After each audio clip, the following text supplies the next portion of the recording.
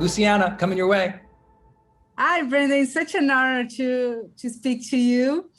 I'm talking from Brazil. I have a very simple question. How to overcome procrastination in something you don't like, but you need? For instance, I bought a treadmill so I can exercise. That's the most difficult thing for me in the world. The rest, a game, but to exercise, I'm very lazy. And I can manage to go from the couch to the treadmill. I'm going to, Luciana, it's such a good question. I'm going to let Dr. Daniel Amen take that because he has helped with one of his books, The Daniel Plan, has helped people lose literally millions of pounds and get into exercise around the world. Doc, would you like to take on that one? I think that's a great question for you. Thank you.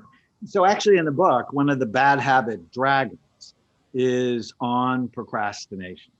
And because it's just such a common thing. And to break bad habits, there's 5 steps. You want to identify it. So that's one of the bad habit dragons. You want to know, well, what problems does it cause in your life? And the procrastination bad habit dragon unnecessarily postpones actions or decisions. You end up waiting to the last minute. You're mad at yourself, or others are mad at you.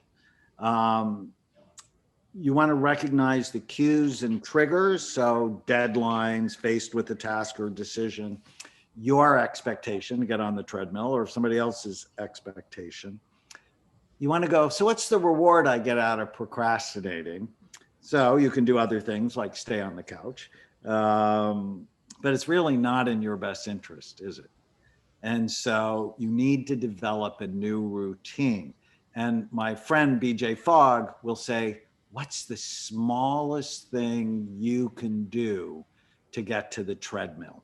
And so I know you can go for a minute. And so that's what you do. You do the smallest thing you're able to do. And he might even say, well, let's go smaller. Let's just put your tennis shoes out. And if you can at least put your tennis shoes out, and then the next step is put them on, and then go, okay, I'm just going to do this for a minute. Well, tomorrow you'll go for 2 minutes. And then you might go for 4 minutes. So if you just sort of work into it, it can be so helpful. But it's very important. I heard your language and you called yourself lazy. And whenever you let the ants, and I didn't talk about the ants, the automatic negative thoughts jump on you, they hurt you. And so your internal language is really important. I want you to talk to yourself like a good mother would talk to you, not as a wicked friend or a bad coach or a bad teacher. So it sounds like there's too many ants running around up there. And Brendan, I have a new technique. I actually stole it from my friend Stephen Hayes that I just love so much. It's called Give Your Mind a Name.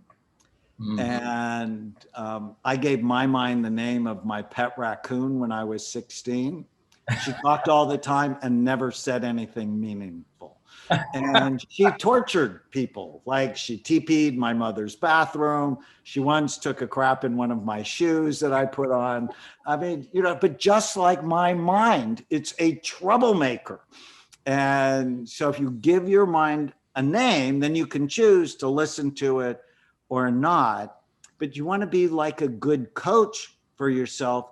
Notice what you do right more than what you do wrong, and just see, you know, can you do a minute? And if you do a minute one day, do 2 the next day. And then you work up pretty soon, you know, you're doing a half an hour, 45 minutes because you love yourself, right? It's never about should. Another of the big dragons in the books, the most common dragon is the should and shaming dragon, where you're always shoulding all over yourself. And I always want you to change. Whenever you think I should do something, and this helped Miley so much, change should to I want to, or change should to it fits my goals too. Because if you don't want to, and it doesn't fit your goals to, you probably shouldn't do it. And I just find those can be some things that'll help you. So good, so good. Luciana, I'll throw in there something we learned from high performance research in the area of wellness is 3 super simple things to get yourself in an exercise routine. First and foremost, almost all research points back to do it first thing in the morning. So procrastination isn't there, right? If you're I'm doing it at 3 o'clock, it's easy to procrastinate, but if it's just the routine, it's first thing, move. Like get up, as Eamon said, put those shoes on, pick the podcast the night before that you're gonna listen to, and go. Second biggest thing in sociology studies of wellness was get a partner. So it's like, if you and your neighbor decide every morning 7 or 6:30 a.m. or 7 a.m., we're gonna get up and we're gonna walk 2.5 miles together. That will stick way more than if you just get up and do it by yourself. So having a partner or a trainer, someone who's keeping you motivated and accountable to show up is absolutely necessary. That's why I'm always encouraging you all, go in the community members area, share your goals, cheer each other on, have workout buddies, promotional buddies, friends you leaning on who are like, hey, Luciana, where are you? We're supposed to start right now. I think that's very important. That's why Peloton even is kicked off so much, is like, oh, you make your little friends, you're not on the bike in the morning, they see you're not there, they text you. I think it's very, very, very important to have a partner.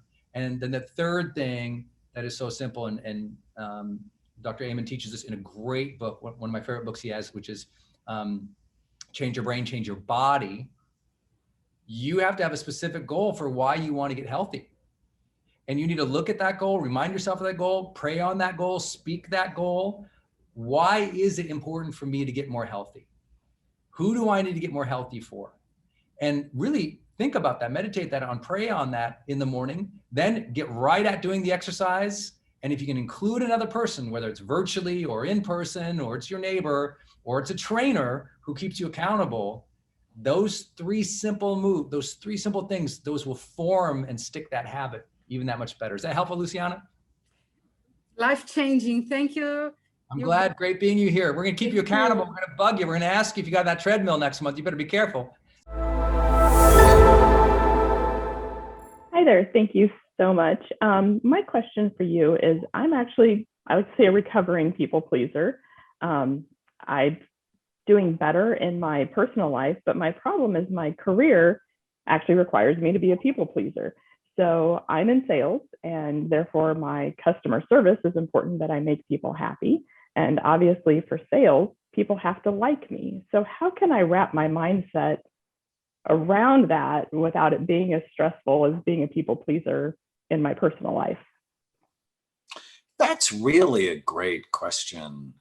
And I think compartmentalizing it, but still in sales, you want to be authentic and you want to be likable, right? Because sales is a relationship. In your personal life, you probably also want to be likable. You just don't want to say yes all the time. And your brain is always listening. They're bad habit dragons. And one of the bad habit dragons is the yes, yes, yes dragon, where you're always saying yes, when in fact you should say, I have to think about it. So you really like the book. And it's what I do. I teach my patients in the mirror, when someone asks you to do something, rather than automatically saying yes or automatically saying no, go, I have to think about that. Let me think about that. And then you go back to your goals. We have an exercise called the 1-page miracle. On one piece of paper, write down, what do you want? Relationships, work, money, physical, emotional, spiritual health. What do you want? And then go, well, does it fit? And at work, making your customers happy, as long as it's rational, right? I mean, you don't want to do irrational things for them either.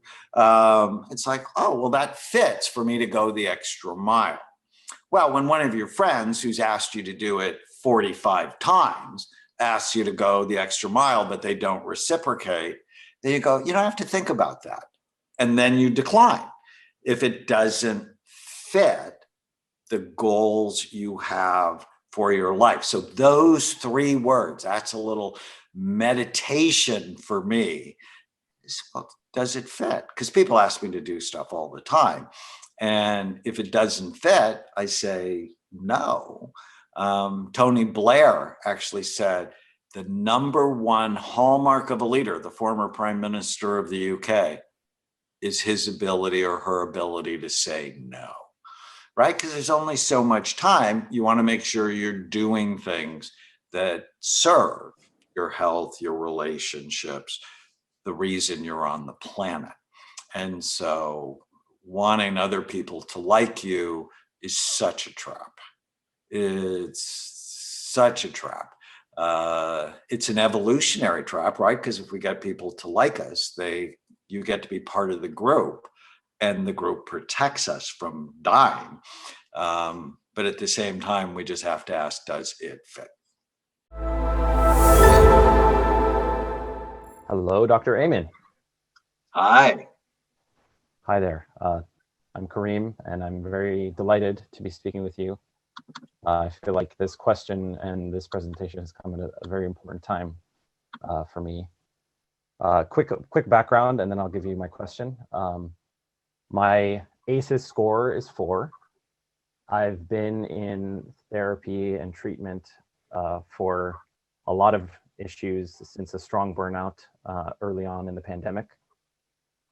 Discovered childhood trauma.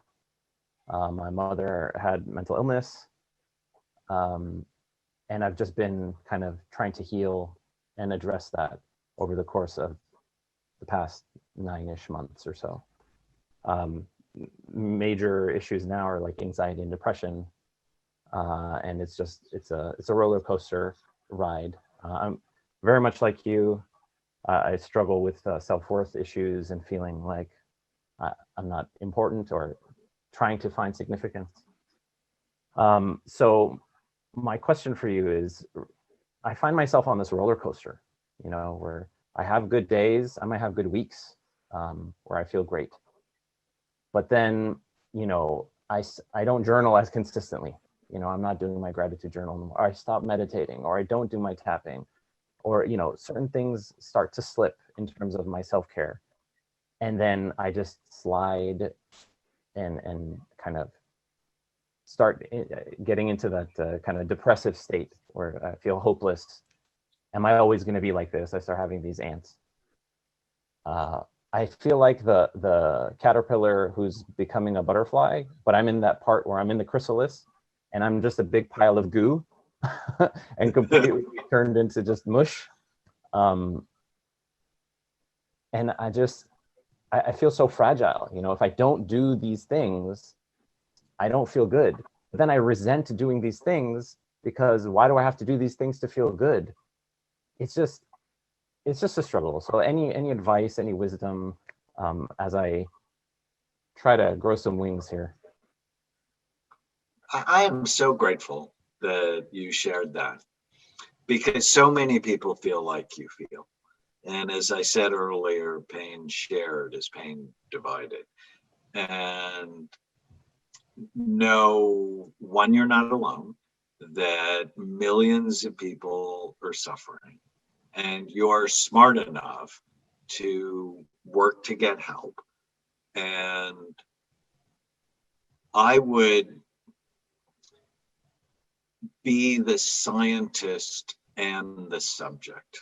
I love that. I would begin to notice your patterns of what. So when people come to see me, I always go to my board and I draw a graph. And I'm like, people have good days and bad days, but I'm at the bottom of the graph. They have good days and bad days, but they're mostly bad, which is why they came to see me. And then we intervene and they get better. But nobody just gets better, right? They're better and then they're not. And then they're better still, but then not. But then better still. And over time, they have good days and bad days, but they're nothing like where we started. And what I often say, it's the bad days you want to pay attention to. and go, what triggered it? Is it a season? Because then you might have seasonal affective disorder, and having a bright light in the morning will just help you so much. Is it the negativity is really a bad habit that you've not worked hard enough to control? And so whenever you feel sad or mad or nervous or out of control, write it down. And then, in my work, I teach people how to kill the ants, the automatic negative thoughts. And you absolutely should take the happiness challenge, because in it, there's the Know Your Dragons questionnaire, so you know which ones to work on. There's what brain type do you have, so you can get on the right supplements. And if they don't work, the right medication, because medication's not failure. Medication's just a thing. And, for me, I almost always try natural things first, and they very often work. But if they don't, I'm totally going to drug you. Just because your brain can have problems like your heart can have problems. I remember when Justin Bieber came into my office, and he's a superstar, and which means most of the superstars I see do what I say 10% of the time. And they're generally late, and, and he came into my office one day, and this was a rough season for him.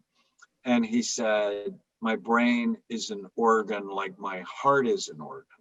If you told me I had heart problems, I'd do everything you said. I'm going to start doing what you say. And then he got radically better. I'm just so proud of him. We'll teach you, other things through the challenge as well. But if you are doing all the right things and you still slip into the darkness, there very well may be a genetic component. You said your mother grew up with it. So not only did you get the trauma of growing up with someone who had, let's not call it a mental illness, let's call it a brain health issue.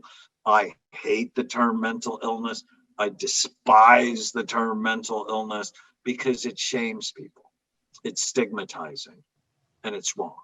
They're brain health issues. Something was not right with her brain, and that's why she acted the way she did. Odds are, right? So anyways, I hope that's helpful too. It is. Thank you. And have fun at Disneyland. Thank you. This can be your day for personal growth. This can be that day you committed to and you remember and you go, that was the day I got myself a community. I got better coaches. I committed to making my life the absolute best that I could. This is that day. Make today your growth day. Click the button on this page and sign up right now.